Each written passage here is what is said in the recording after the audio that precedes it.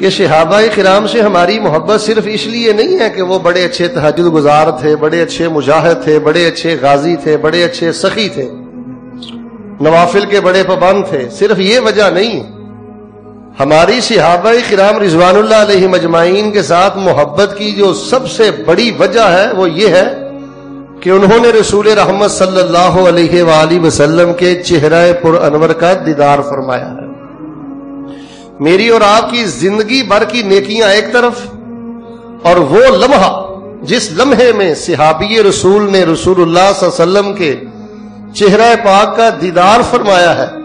ہماری زندگی بھر کی نیکیاں بھی اس ایک لمحے کی عظمت کا مقابلہ. بلکہ آپ حیران ہوں گے، عشرہ مبشرہ ایک صحابی ہیں حضرت سعید بن زید رضی اللہ تعالی، وہ فرماتے ہیں کہ اگر کسی بندے کو عمر نو دے دی جائے، 950 سال کی عمر دے دی جائے، اور وہ نیک اعمال کرتا رہے، تو صحابی رسول کے اس ایک لمحے کی عزت عظمت کا مقابلہ نہیں ہو سکتا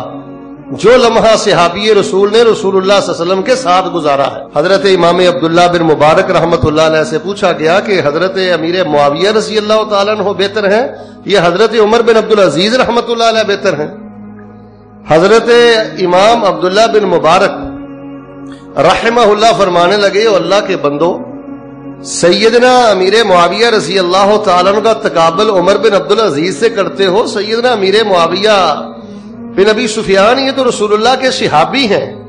تو حضرت معاویہ رضی اللہ تعالی عنہ نے جس گھوڑے پہ بیٹھ کر رسول اللہ کے ساتھ جہاد کیا